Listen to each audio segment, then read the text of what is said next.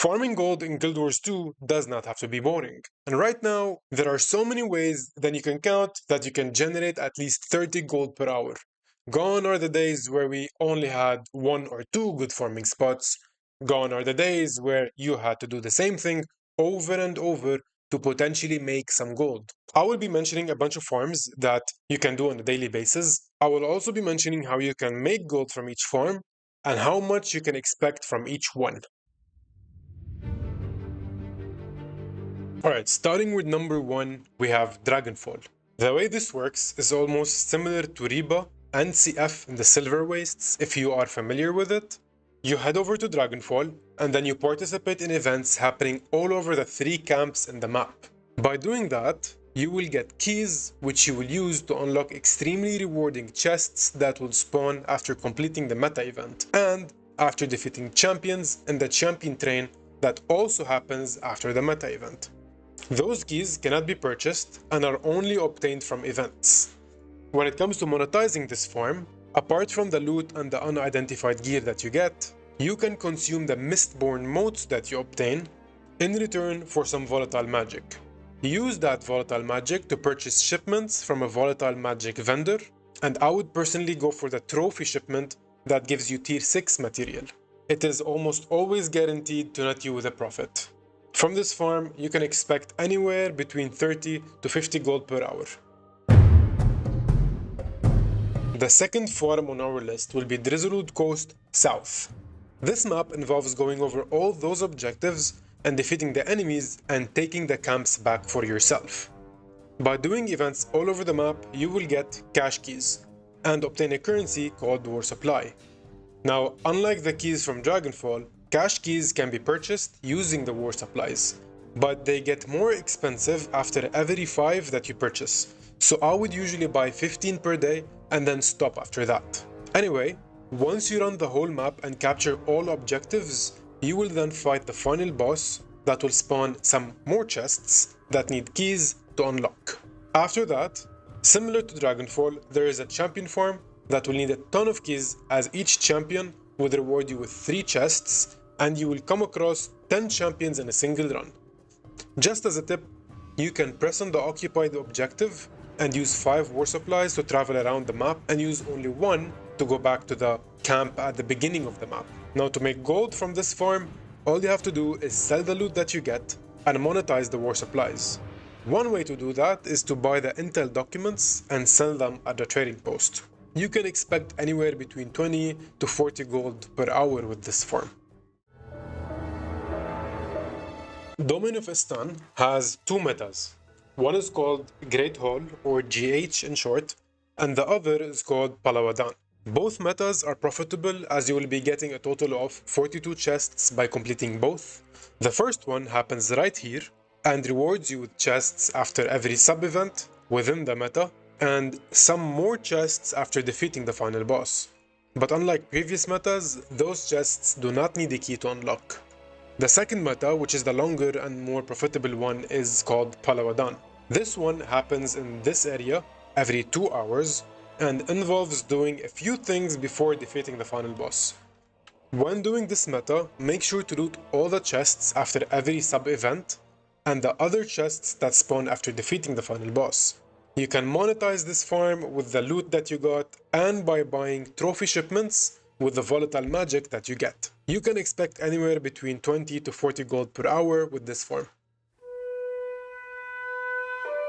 If you don't own any expansion, then Silverwastes is the farm for you. Now, obviously you will have a harder time than other players as they will have mounts and can traverse the map faster, but it's still worth mentioning. The way this works is by joining a group promoting RIBA/CF in Group Finder, then going around the map in circles and completing objectives in 4 outposts to get karma, rewards, and crests that are used to purchase bandit skeleton keys. Once the progress bar fills up after doing enough events, the meta will begin and you have to defeat the Vinewrath. Then follow up with a small champion train and then a chest farm. You can unlock the chests by using the bandit skeleton keys that you purchased. Now, defeating the Vinewrath and completing the pre-event will give you nightmare keys that can be used to unlock even more chests. With the Silverwastes, you can be looking at 20 to 30 gold per hour, depending on how efficient you and the people in the map are. If you are interested in knowing exactly how this farm works, check out this video. I will leave a link to it in the description below. Now, these series of 4 metas can be completed back to back. You can get started from Saitang province and then move to New Kainang City, Akuvald Wilds, and then finally Dragon's End. The meta events in question are Aetherblade Assault, Kainang Blackout, Gang War, and the Battle for the Jade Sea. By completing each one of them for the first time in a day, you will get a hero's chest. Make sure to always go for the chunk of Ancient Ambergris or Jade Runestones, as these 2 items will net you the most profit. Also, try completing as many events as you can, as each one will give you something called Erit and a currency called Imperial Favor. This is the currency that we will use to monetize this farm. Once you have enough Imperial Favor, you can buy 5 of those bounty chests on a weekly basis, craft 3rd generation legendary precursors and sell them for profit, or buy these items and sell them on the trading post for a profit. With all 4 metas, you can be looking at 10 to 20 gold per meta. If you are interested in knowing exactly how this farm works, check out this video. I will also leave a link to it in the description below. If you are planning to craft the precursors by using your Imperial Favor, then you will need 100 memories of Orien, and one way to get them is through Dragonstorm.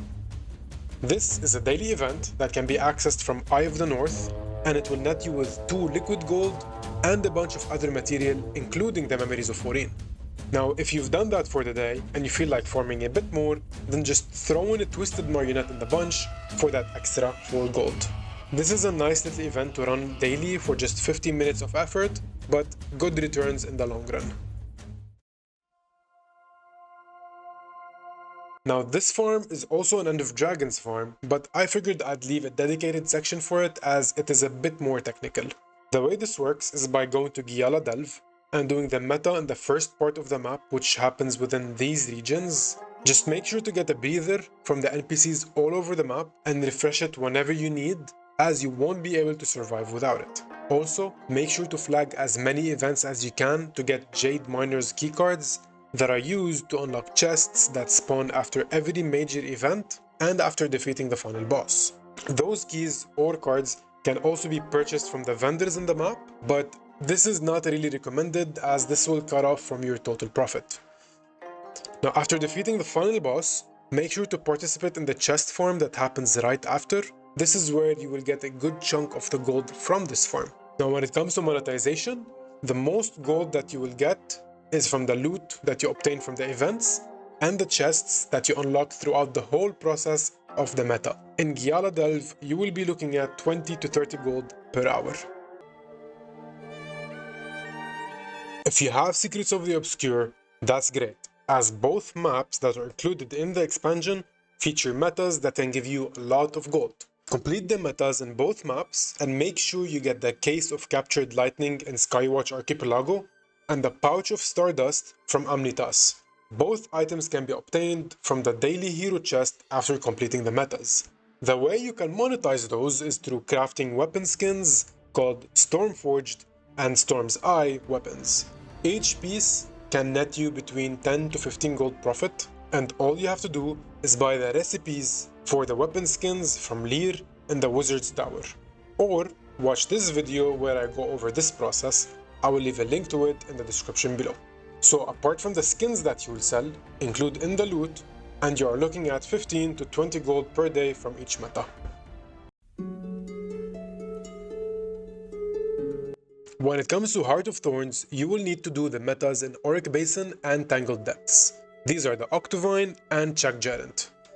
Now the Octavine meta happens here, and the Tangled Depths one starts here, and they usually occur back to back. After completing each one, make sure to get the amalgamated gemstones from the daily hero chests that you get. Also, try completing the metas with exalted keys and vials of Chuck acid in hand, as you need the keys to unlock grand chests inside Tarir in Auric Basin, and you need the acid to open crystallized supply caches in Tangled Depths. This is where you will be getting most of your profits from both metas. Both of those keys can be obtained by running events in each map, buying them from different vendors, or using the ley energy matter converter to get one key of choice on a daily basis. Both metas can net you anywhere between 8 to 10 gold in a day. Now, I would say there is a lot more metas worth doing, but those would be just a daily thing that you can get a quick buck out of, like Drakkar, the Pinata and Crystal Oasis, and much more. I try to focus as much as I can on farms that can be done multiple times in a day, as many times as you want, and still net you some decent income. Anyway, I hope this video was helpful. If it was, please don't forget to subscribe, as this would be a lot of help. And I'll see you guys in the next one. Peace.